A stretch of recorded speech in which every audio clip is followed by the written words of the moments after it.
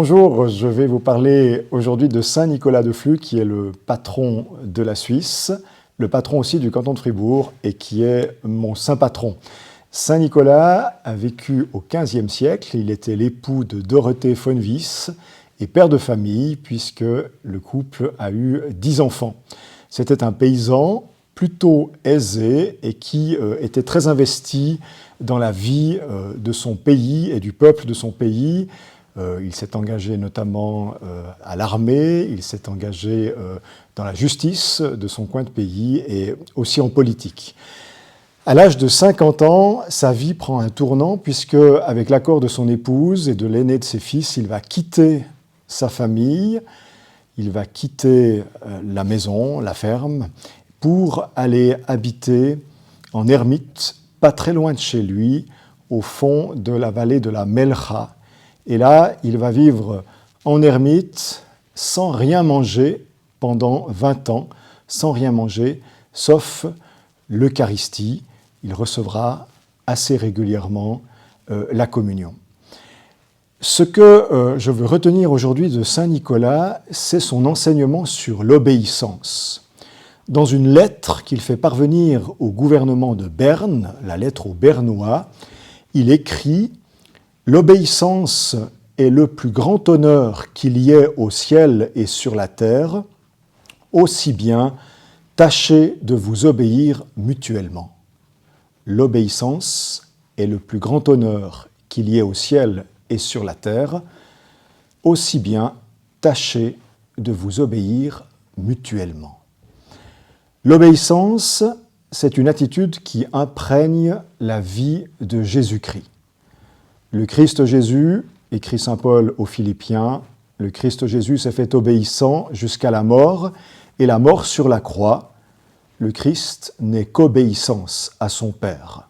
Cette obéissance, elle signifie l'amour du Fils pour son Père, l'amour du Christ pour son Père.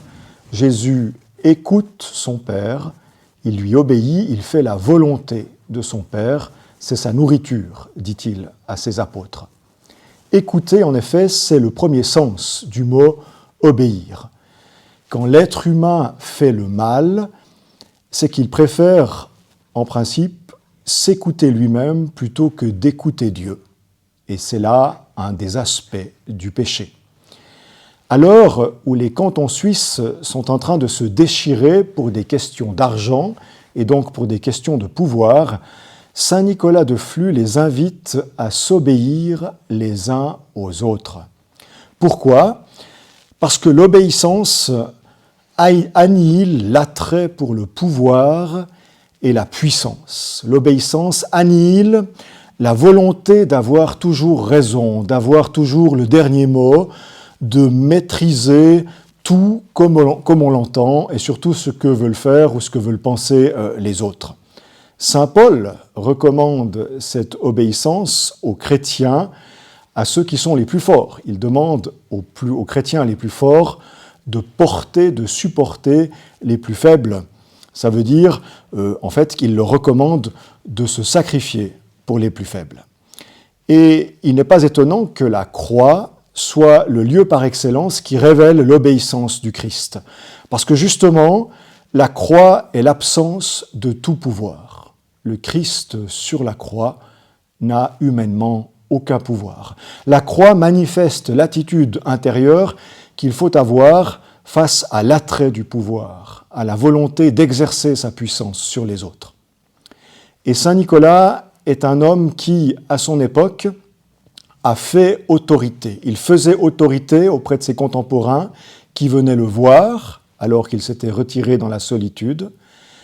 Il a fait autorité parce qu'il a renoncé à un certain pouvoir, parce qu'il est entré dans l'obéissance, dans l'écoute de Dieu et l'écoute des autres. Il a ainsi sauvé l'unité de son pays.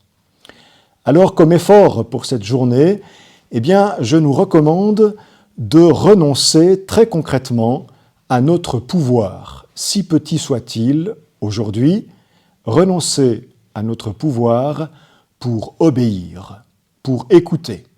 Renoncer par exemple à avoir raison, renoncer à faire des remarques aux autres, renoncer à porter sur les autres un jugement qui est en principe toujours à ma faveur, en particulier sur mes frères et sœurs chrétiens. Nous passons une énergie folle à nous juger, aussi la plus jeune génération, à nous juger les uns les autres entre chrétiens, et cela se fait malheureusement au détriment de notre vie intérieure et au détriment de l'annonce de l'Évangile.